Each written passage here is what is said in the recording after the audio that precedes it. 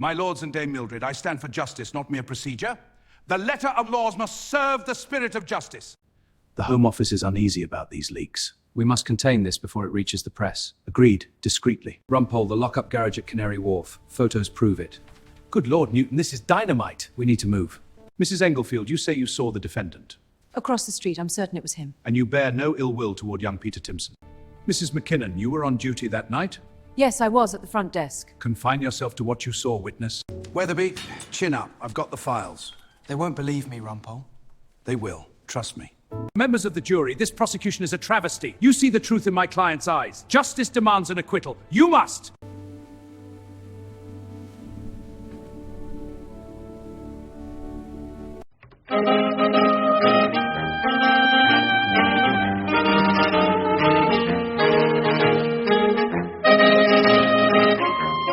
The Antisocial Behaviour of Horace Rumpole by John Mortimer. Part 2. Going for Silk.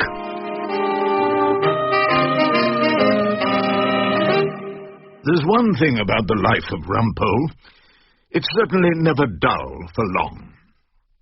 I had survived a trial for antisocial behaviour in chambers.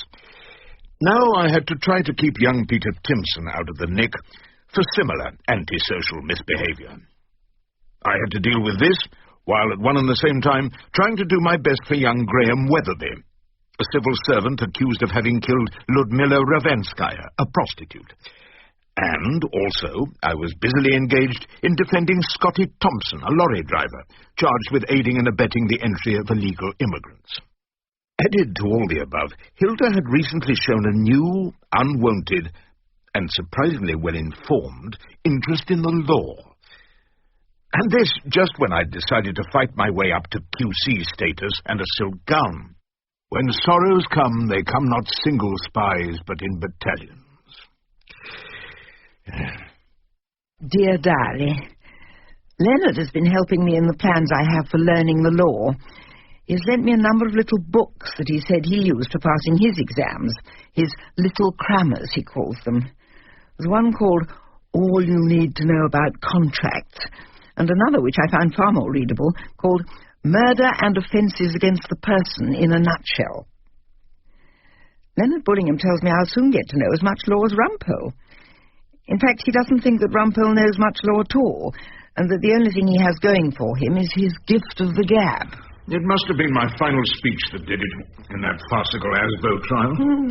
I told that magistrate that he had the chance to become the Hampton of the City Magistrates' Court, and that though he might be criticised by the bureaucrats of Westminster, he'd be acclaimed by all who cherish our ancient freedoms, our constitution, and the proper rule of law.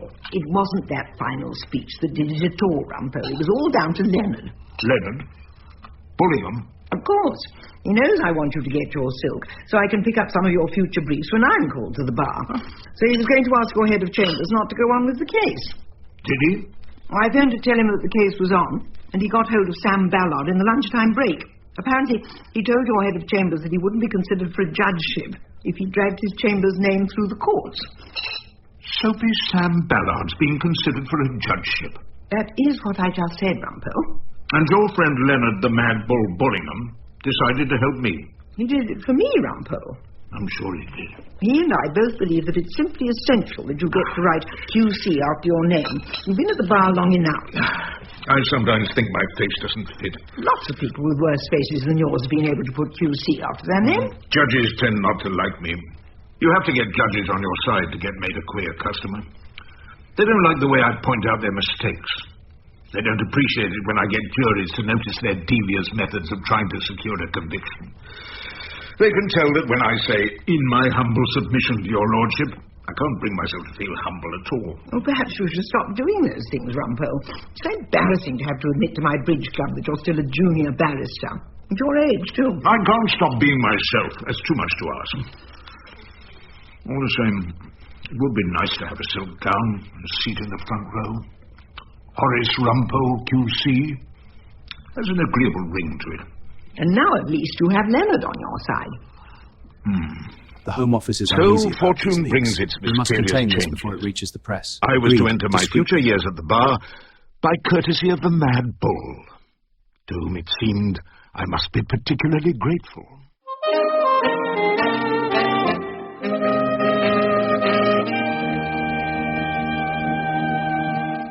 Things seemed to be moving forward apace to Rumpole's acquisition of a silk gown. The committee deciding such matters contained a couple of QCs, queer customers is what I thought of both of them, and in the chair was Dame Mildred Wrightsworth, who carried on a cracking trade in the worlds of adultery and failure to consummate. It seemed that a very regular client of mine, Dennis Timson, had already given evidence of my success as a defender, and I was hoping for a short and snappy result in my favour. We've all seen your CV, Mr. Rumpole. Your practice is entirely criminal. Entirely, as I wish it to be. Why do you say that? Because if you go down to the Old Bailey regularly, you'll find that all life is there. The real world with all its sins, mistakes, and occasional beauty and good behaviour. Go and watch the huge international companies suing each other in the Queen's Bench division, and you move into a world of fantasy and make-believe. We have learned that you can be discourteous to judges. Only when they act as leading counsel for the prosecution. Only when they indulge in such tricks as responding to the defence evidence with a sigh of disbelief. Only when they jump down from the bench and fight in the arena for a conviction. Then I feel they deserve a touch of discourtesy. Otherwise, some of my very best friends are judges. Indeed, that's right. Judge Leonard Bullingham has written us a letter in support of your application. Well, there you are. Apparent enemies in court, but close friends out of it. I see.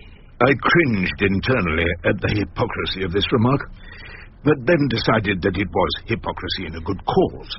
Speaking as one who has indulged in what you call the fantasy of company law from time to time, I'd like to ask you some questions about your attitude to crime. This came from Stephen Barnes, QC, whose long neck and disdainful expression made him look, I often thought, like a particularly unfriendly camel. I believe you mostly defend. Always. I don't like the idea of cross-examining people into choking. Very well. And I'd like to tell you what one of your own supporters said about you. We don't usually let applicants know what their supporters have said about them, but in this case the chair has said I may do so. Is that right, Chair? Quite right, Mr. Barnes. Yeah. The supporter in question was a Mr. Dennis Timson. You know him well? Over the years, extremely well. And might he be described as an habitual criminal? Just as I might be described as an habitual defender. He said you were an excellent brief. That was kind of him. And it didn't matter if he was innocent or guilty. You'd do a good job either way. Is that true? Of course. So you defend people you know to be guilty? I don't know they are guilty. It's not my business to decide that. That's for the judge and jury.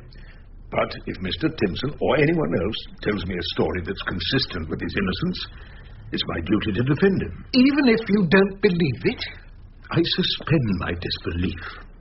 My disbelief has been left hanging up in the robing room for years. My job is to put my client's case as well as it can be put.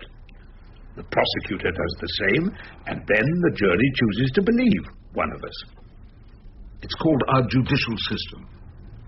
It seems to work more fairly than any other form of criminal trial, if you want my opinion. So it means that you have appeared for some pretty terrible people. The more terrible they are, the more they need defending. So morality doesn't enter into it? Yes, it does. The morality of making our great system of justice work, of protecting the presumption of innocence. So you never judge your clients? Of course not. I told you, judging isn't my job. Thank you, Mr. Rumpole. We've heard enough. Judge Bullingham's letter has been a great help to us, but, of course, you realize that these matters are finally decided by the Minister of Constitutional Affairs. So I left with the high feeling of success you get when a jury says not guilty. And my hopes rose even higher when I received an invitation to his club from an old adversary, one Peter Plastow, QC, who, after our struggles in a former case, had in fact just been made Minister of Constitutional Affairs. So there we were, under the soft lights of the Sheridan Club, where drinks were asked for quietly, and members and their friends murmured together, so the occasional loud welcome or braying laugh seemed as out of place as it would in a chapel of rest. I see Leonard Bollingham is backing your application for silk. I thought you two were sworn enemies. How did you manage that? I think my wife managed it. Well done, Hilda. Of course, the final decision will rest with me as Minister for Constitutional Affairs. By the way, interesting case you're doing now. Oh, yes.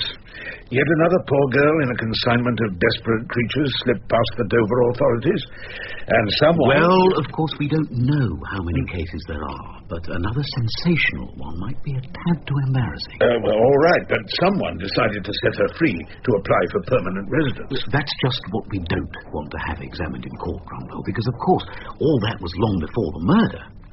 How or why she got into the country can't be any part of your defence. I'm sure you appreciate that coming out in court would be a very bad idea indeed for the government. By the way, I hope your application for silk goes really well, Rumpole. I'll have to leave you now. Dinner at the Swedish Embassy. It'll hardly be a laugh a minute. Then he left me to think back on our conversation, which I hadn't found particularly amusing either. Just why was Peter Plastow so evasive on the subject of the illegally imported girls? A few weeks later, I was in the Old Bailey canteen, along with my faithful friend and constant retainer, Bonnie Bernard, waiting for the jury to come back after a particularly boring breaking and entering, when he gave me news that was to open a door to some far more serious goings-on. What have you got there for me, Bonnie? Young Peter Timson has broken his ASBO. What's he done this time? Kicked a football into the street next to his, street where all the posh people live.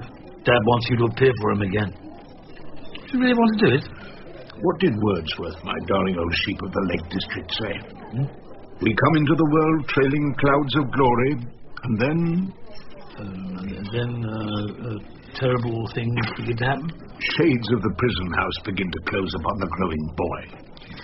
Now that playing football in the street has become as serious as murder, it's up to us to defend Master Timson with all the skill at our command. Back in my chambers, I was still contemplating the fate of young Peter Timson when... Come in. In came Fig Newton at last. And he didn't look any more cheerful, despite the fact that his story was one of unexpected success. Extensive inquiries around a number of lock-up garages in the Canary Wharf area were producing nothing, Mr. Rumpole. But as luck would have it, and I owe my success in this business entirely to such points of luck, I heard a story about a drive-in garage under an office block where they thought there was orgies going on. Sounds of girls crying out there was. But no one had admittance to the place. So I started watching the location regular by car. On the fourth night, I struck lucky. A lorry arrived just after midnight, 12:18 according to my notes. There were men in the garage who helped bring in big packing cases from the lorry. I kept observation on the lock-up until approximately 4 or 5 when a people carrier arrived. 3 girls emerged from the garage and were helped into the vehicle. I followed them to a house in Battersea where they took in one of the girls. Then the people carrier drove on to an address in Clapham. An escort rang on the bell of the house in question, where the door was opened by a middle-aged woman who took the other 2 girls inside. People carrier drove off, but I got stuck behind some lights and she got away. Did you manage to find out who owned the lock-up garage? Do you think I'd go to sleep on the job, Mr. Rumpole? The firm's name is Helsing. Saw it on the van. Estate agents, it said. Tried to ring them, but they weren't answering the phone. And the address in Clapham, where the girls were finally deposited? I wrote that down on a piece of paper specially for you, Mr. Rumpole. Here it is. You're sure this is the address? Have I ever let you down? Anything the matter, Mr. Rumpole? No. It's you, Fig. You've produced the finest, the most satisfying piece of synchronicity that I've ever had to deal with. Oh, thank you, Mr. Rumpole. And then I was back to where this story began, in the South London Magistrates' Court with young Peter Timson, who stood, as I had done, within the shades of the prison house for breaking the terms of an ASBO. In the matter of Timson, application to enforce antisocial behaviour order. The current set of magistrates were with us, looking as ever severe and disapproving. On the other side of the court, Parks was sitting with a tall woman, perhaps in her 50s, with bright hair piled high on her head, a long neck disappearing into a fur-collared leather jacket, and an extremely discontented expression. This would turn out to be Mrs. Englefield, the neighbour who was young Peter's chief accuser. And I had an application to make. I ask that my client should be referred to as Peter, as he is a 14-year-old child in danger of being sent to prison. To a young offenders institute. Call it what you like, it's a prison where he can be taught to commit crimes and come out a threat to society. Does your client admit that he broke the order? Nothing is going to be admitted until we hear the evidence against him. We've already read Mrs. Englefield's statement. Yet that's the point. It was a statement by a witness who didn't offer herself for cross-examination. That's not evidence at all. I hope this Mrs. Englefield is in court. She is, because you took out a witness summons. Exactly so. I did that so I can cross-examine her after she's taken the oath, and then we might come to the truth. The truth about your client's footballing? And a few related matters. What is your authority, Mr. Rumpole, for saying that a statement has to be proved by a witness on oath and available for cross-examination? Good point, was what I thought, but did not say. And then the name of the very important and influential Mr. Peter Plastow came suddenly into my head. And so I told them what he might be thinking. No written authority at present, although I gather that directions on this matter are to be given shortly by the new Minister for Constitutional Affairs, Peter Plastow. He finds it intolerable that the young boy should be deprived of his liberty on charges that have never been tested by cross-examination. I see. Mr. Parks, I don't suppose you'd object to putting Mrs. Englefield in the witness box so that Mr. Rumpole might ask her a few questions. Seems a fairly simple issue, but we have to take into account the view of the Minister for Constitutional Affairs. Very well, Madam Chair, as you see fit. And without further ado, it was agreed that Mrs. Englefield be called and that she give her statement to Mr. Parks. I saw this boy kick his football into my street at least 9 times since the last hearing. Thank you, Mrs. Englefield. Do you have any questions after that, Mr. Rumpole? Just a few. Perhaps you could tell us exactly why you didn't want this young footballer hanging around your street. It disturbed me. Well, not much of a disturbance, was it? A lad entering your road for a few minutes to retrieve a football. People buy houses in the Grove for peace and quiet. And, of course, I need it for my work. I have a good many patients who come to me for specialised treatment. And what sort of treatment do you give them? I give spiritual healing. We sit quietly together and explore our own spaces. And I suppose you need peace and quiet for that. Absolutely. I chose Beechwood Grove because it was so quiet. Mrs. Englefield, no doubt you've heard of the importation of girls who get smuggled into this country and set to work as prostitutes. Have you heard of that? What has this to do with the case? Have you heard of these illegal importations? I may have read something about it. I have to suggest you know a great deal more about it than that. I don't know what Mr. Rumpole is suggesting. Then sit quietly and you'll find out. Now, let me take you back to the 10th of May. The night before, a number of girls had been smuggled into England and left in a warehouse somewhere near Canary Wharf. They were to be distributed to various addresses to work as prostitutes. Madam Chair... Mr. Rumpole, is this relevant? Absolutely essential to my case. That morning, a witness, whom I shall call, saw the girls moved from a warehouse and distributed to certain addresses. At 4:45 a.m., a people carrier drove up to your house in Beechwood Grove. 2 girls were delivered to you. My witness will identify you as the lady who opened the door to them and let them into your house. Now, are you going to tell me that they came to you for spiritual healing? Under cover of darkness? At 4 in the morning? I have to suggest to you that the sole reason why you didn't want boys kicking footballs near your house is that they might see too much. They might learn too much about you. They might tell stories of mysterious foreign girls who had been shipped over the channel in the backs of lorries and delivered in the early hours of the morning to the Beechwood Grove brothel or home for spiritual healing. It was at this point that Parks asked for an adjournment in order that he might take further instructions. It was nearly lunchtime, so Bonnie Bernard, Bertie and his son, young Peter Timson, and I repaired to the nearest public house, where cold pie and Guinness were on offer. There we were joined by our not-too-learned young prosecutor. Mr. Rumpole. Who brought welcome news. I must tell you, Mrs. Englefield denies any and all of the suggestions made to her about girls arriving at her house.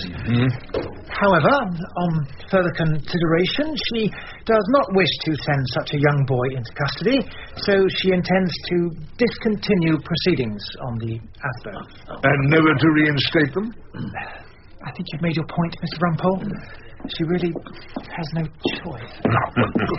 Shake hands with your brief, Peter. He's done you proud. Oh, thanks, Mr. Rumpole. Would you like the rest of my pie? No, thank you, Peter. It may not have been the trial of the century, but thanks to Fig Newton, it was sorted out admirably.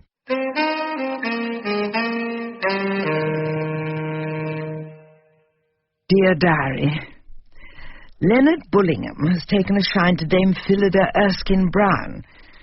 I could tell by the way he gawped at her at the last Chambers drinks party, and he keeps telling me what a handsome woman she is. Well, she hasn't worn so badly, but I told him, of course, she's knocking on a bit now. All I could say about her appearance nowadays was mutton dressed as lamb. I did get a bit jealous, though, when he told me at the Bridge Club how very much Phillida had enjoyed lunch at the Sheraton. I couldn't help remembering how I'd once taken me for lunch there. And then there was the question of the flicks. I was particularly anxious to see the new Pirates of the Caribbean film, as I'm very taken with Johnny Depp. It would be hopeless to ask Rumpole to accompany me, but I remembered that Leonard had taken me to see a film in the days when he was, so to speak, courting me. When I told him my idea about the flicks, he actually said quite calmly, "I fixed up to see that with Phillida." Oh, really? That was just about the giddy limit.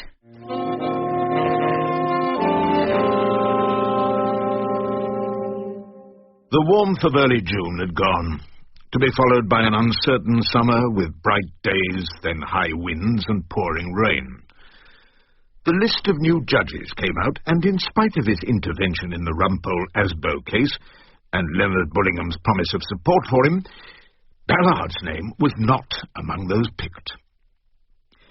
But I was dismayed to discover that on the list was the gloomy QC Stephen Barnes, the man with the looks of a discontented camel. It was, therefore, with some sinking of the heart that I learned that the new judge was to be started off on the case that I had inherited from Soapy Sam Ballard, and was listed to appear at the Old Bailey. The tricky matter of the Queen against Graham Weatherby, on the serious charge of murder. Prosecutor Humphrey Noakes opened proceedings. There can be few cases tried in this court, members of the jury, in which the facts point so clearly and inescapably to the guilt of the accused. We have no doubt at all that when you have heard the full story, whatever ingenious arguments my learned friend Mr. Rumpole may put forward, this case can have only one conclusion: the conviction of Graham Weatherby on a charge of willful murder. Anna McKinnon, the concierge at the flat where Ludmilla had worked, was the first and the most dangerous witness for the prosecution. She told us about Weatherby coming to the flat and her finding him with Ludmilla's dead body and locking him in an adjoining room. The prosecutor then proceeded to put his finger with unerring accuracy upon what was a distinct flaw in my case. Miss McKinnon, you say you spoke to the deceased only a few moments before you let Mr. Weatherby into the flat. Is that correct? Just before, yes. So that this third person, whom Mr. Rumpole would have us believe actually committed the murder, would need to have been already hidden in the bedroom, where he strangled Miss Ravenskaya very quietly, and then escaped through the bedroom's other door, while Mr. Weatherby was waiting next door in the sitting room. That would have been impossible. Why, sir? No one could have got out the flat without my seeing him. That bedroom door only leads back into the hallway, and the front door there is the only way out the flat. And I was in the hallway. No, sir. There's no such other person. Thank you, Miss McKinnon. It was then up to me to cross-examine her, and I started out in a friendly fashion. Miss McKinnon, you have told the court that, in your opinion, no one but my client could have strangled Ludmilla. I know he did it. And having strangled her, he called you in to see what he had done. He called out to me, yeah. When what he could have done was to walk out of the flat and get clear away before you discovered the body. Isn't that what you would have done if you'd committed the murder? Mr. Rumpole, this witness can't be asked what she would do if she had committed a murder. Her evidence is confined to what she saw. Mr. Justice Barnes interrupted for the first, but certainly not the last time. And what she saw was apparently a murderer who called attention to his crime and stayed to get arrested. That is a comment you may make at the appropriate time. At the moment, would you confine yourself to dealing with this lady's evidence? Very well, my lord. Had you ever seen my client, Graham Weatherby, before that fatal afternoon? Never. But I saw enough of him that day. So you had no reason to think he'd had any sort of quarrel with Ludmilla? No. Thank you for telling us that. So, within 5 minutes of meeting a total stranger, he decided to strangle her. Sadly, our legal history is full, members of the jury, of murderers who have killed prostitutes without any apparent reason. It might be done from some perverted idea of ridding the world of such women. You may choose to disregard his lordship's reference to Jack the Ripper. I'm afraid we have here a case of premature adjudication. It was a telling phrase that I'd used a few times before, and I was pleased to see that it raised smiles from at least 3 members of the jury. I turned my attention back to the witness. Let me ask you about Ludmilla.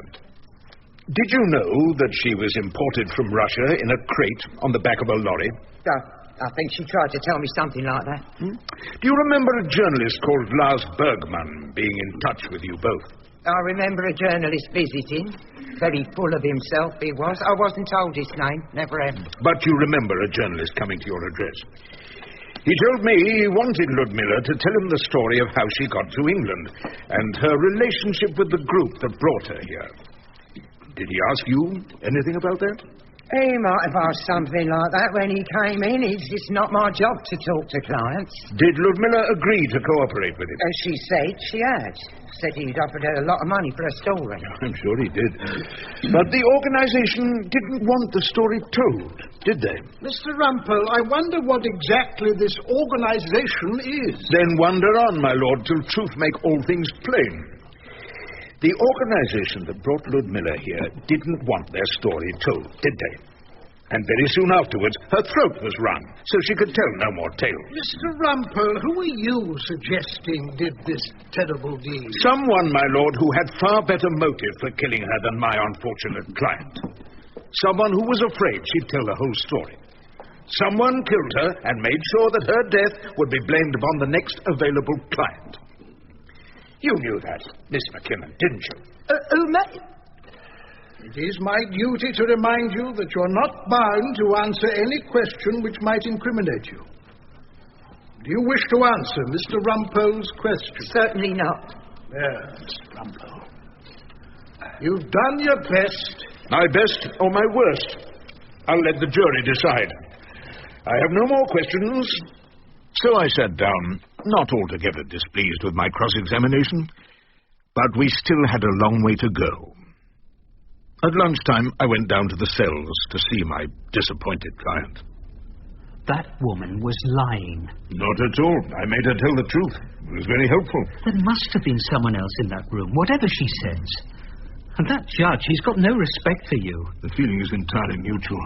Maybe he'll respect you a bit more when the QC comes through. I don't expect so. You know what it's like among those who serve Her Majesty's government? Those who are newly appointed to positions of power always look down on those in the lower ranks. Oh, you're telling me the story of my life. By the way, you work in civil service human resources, don't you? Yes, I do. Did you ever use estate agents in the acquiring of property? Sometimes. Well, does the name Helsing mean anything to you? Helsing. I do remember the name. It was a small firm that we used for hiring accommodation when I was at the Home Office. Yes, Helsing, that was the name. Thank you for that. I was genuinely grateful, while trying not to sound over-optimistic. However, I had yet to cross-examine the police doctor. Doctor, you first saw the body of Ludmilla Ravenskaya My lords and Dame Mildred, when you I stand for arrived at justice, about not mere 2:30. procedure. The letter What of did laws you must find? serve the spirit The of death had justice. been due to manual strangulation. Yes, I think we're all agreed about that. What else did you notice? I'm not quite sure what you are referring to. Well, for instance, were there any signs of rigor mortis? I did notice some stiffening of the joints, yes. Some stiffening. Can you tell us if the stiffening was quite far advanced? I thought it was, but I'd been told the time of death was only an hour before, so I felt I'd been mistaken. And what if you weren't mistaken? I'm not quite sure what you mean. Neither am I, Mr. Rumpole. You could put it more clearly to the doctor. I mean, that would have meant death occurred 2 or 3 hours before your examination of the body. Put like that, I suppose it's possible. Did you notice anything about the girl's eyes? Did I notice what about the eyes? Did you notice, for example, black spots in her eyes? Someone had shut her eyes. I opened them. And were there black spots? Something like that, yes. And that would indicate death some 3 hours previously. That is usually so, yes. All you saw of that girl's body would indicate a death much earlier than 1 hour before your examination. In the usual course of events, yes. In the usual course of events. I wasn't asked to consider the time of death. Well, you've been asked to consider it here, and you've been extremely helpful. Thank you, Doctor. And I also gave silent thanks to Bonnie Bernard and our old friend Professor Ackerman, the master of the morgues, for his excellent advice. The next day brought us Detective Inspector Belfridge, a large, avuncular figure. My job was to get him to be as helpful as possible without launching an all-out attack. A cosy chat between old friends was what I was aiming for. So, Inspector, you have a long experience of cases of this sort, have you not? I certainly have. And you've knocked around the criminal courts for a fairly long stretch as well. Mr. Rumpole, this is a very serious case, so please make sure it proceeds in a serious manner. Of course, my lord, nothing could be more serious than the wrongful conviction of an innocent man. Inspector, I imagine you've traced the course of Ludmilla's life from the time of her arrival in England to her death in Flight Street. You know that she was imported from Russia in a crate on the back of a lorry, like a consignment of caviar, and that when she was discovered at Dover, she was allowed to stay here, provided that she reported to the police. Do you think it might be said that Home Office officials were being particularly lenient in her case? Mr. Rumpole, how can the officer possibly answer that? Very well, my lord, but would you agree, Inspector, that there are in existence various criminal organizations dealing with the importation of foreign girls to be put to work as prostitutes? Well, that is happening, yes. So let us look at this case. A Home Office official allowed her in. She's then taken to a building in the Canary Wharf area of London where I shall prove that girls of her sort are temporarily confined. The ownership of that building has been traced to Helsing, a firm of estate agents occasionally used by the Home Office. From here, she's put to work as a prostitute in Flight Street. Does not all of that suggest that a serious and efficient organization is at work? It certainly would seem so. An organization of people who know their business. I would say so, yes.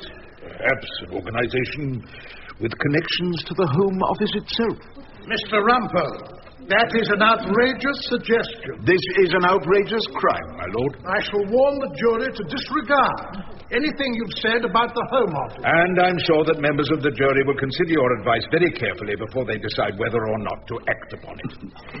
Inspector, if Ludmilla was about to tell her story to a journalist, the organisation controlling her would have done everything in their power to stop this happening, wouldn't they? I expect they would. They might even not have stopped short of murder. I suppose that is a possibility. Yes. Thank you, Inspector. You've been extremely helpful. The most dangerous part of any case is when you have to put your client into the witness box. Weatherby stood there, apparently unperturbed, as I asked the most important question. Do you find it difficult to get girls to sleep with you? With this on my face, what do you think? Graham Weatherby touched his spreading birthmark, and I hoped the jury understood. They sat stolidly and gave nothing away. Is that why you resorted to sex with girls like Ludmilla Ravenskaya? Yes. And I've usually found them very kind and understanding. Is that how you expected to find Ludmilla? Yes. But instead, I found her dead. And what did you feel when you found her dead? Terribly sorry for her. And angry with whoever did it. Noakes did his best to break through Weatherby's certainty, but he stuck to his simple story. And then I tried to enliven proceedings by calling Fig Newton, who gave evidence about the premises near Canary Wharf. But Judge Barnes stepped in. How is all this relevant to the present case, Mr. Rumpole? You're not suggesting that this witness saw Ludmilla at any point? No, my lord. An essential part of my case is that there was an efficient organization dealing in these unfortunate imported girls.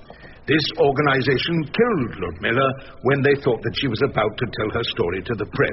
Is your lordship suggesting the Home Office is that the jury should be denied we must contain this before it reaches the press. I'm Agreed, looking at discreetly. the clock. Rumpole, the lock-up garage at Canary Court Wharf. will rise Photos now prove and it. come back into Good court Lord, at 2 this is o'clock. dynamite. We need Members to of move. the jury. Would your lordship say 2:30? That'll give me time to get up to Fleet Street and make an application to the Court of Appeal. I saw a look of apprehension, even fear, flit across the camel's features, as though he felt he was about to step into some nasty hole in the desert sand. I will give a considered judgment on this matter at 2 o'clock. Perhaps you will delay your application until you have heard what I have got to say. I retired to the Old Bailey canteen with Bernard for a light lunch of sausage, egg and chips. What do you think, Mr. Rumpole?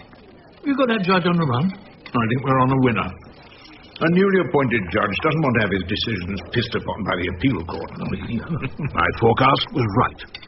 The learned camel returned from his lunch with the other judges, and with a sigh of resignation, told me I could call my evidence. So, happily, the jury heard of girls imprisoned in the Canary Wharf building and then being driven round London and handed out like bottles of milk Mrs. to Englefield, customers. you say you saw the defendant. I even Across managed the to get street, in I'm the certain story it's of him. Mrs. And you bear no Englefield, ill will who had toward by young now Peter been Timson. questioned by the police. Mrs. McKinnon, you were on duty that night. 2 days later, Yes, I was at the front I reached desk. my final Confine appeal yourself to to the what you jury. saw, witness. Possible, members of the jury. I want you to have that word in your mind throughout all your deliberations. You have heard of the organization that ruthlessly controlled the lives of these girls. Is it not possible that when they thought Ludmilla was going to reveal their secret, they decided to silence her forever? You've heard the doctor's evidence about the time of death. You can't convict Weatherby unless you find him guilty beyond reasonable doubt, and that you believe him to have been with Ludmilla that morning 3 hours before her body was discovered. Once you find that another explanation of these events is possible, then you are left in a state of doubt. Above all things, remember what the police inspector in charge of this case said. It's a possibility, Detective Inspector Beltridge told us, that it was not Weatherby, but this secret and illegal organization that put an end to the unhappy young life of Ludmilla Ravenskaya. If you agree with this police officer, then you must be left in some doubt. It will then be your duty, and I trust it will be your pleasure, to acquit this young man of a horrible crime. Waiting for a jury to come back is always the worst time at the Old Bailey.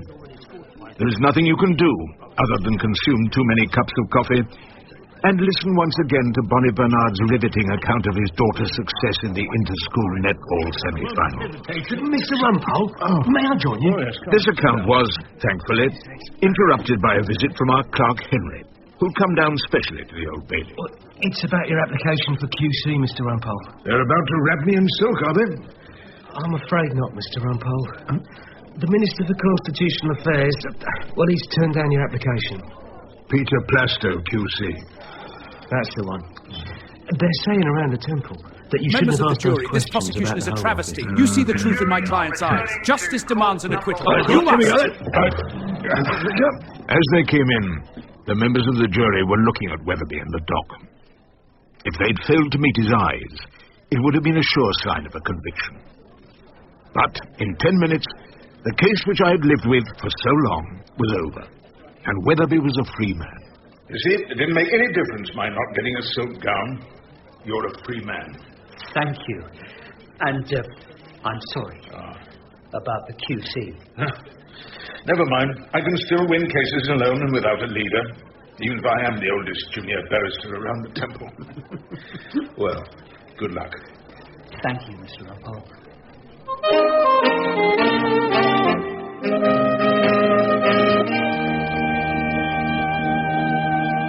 What is there left to tell?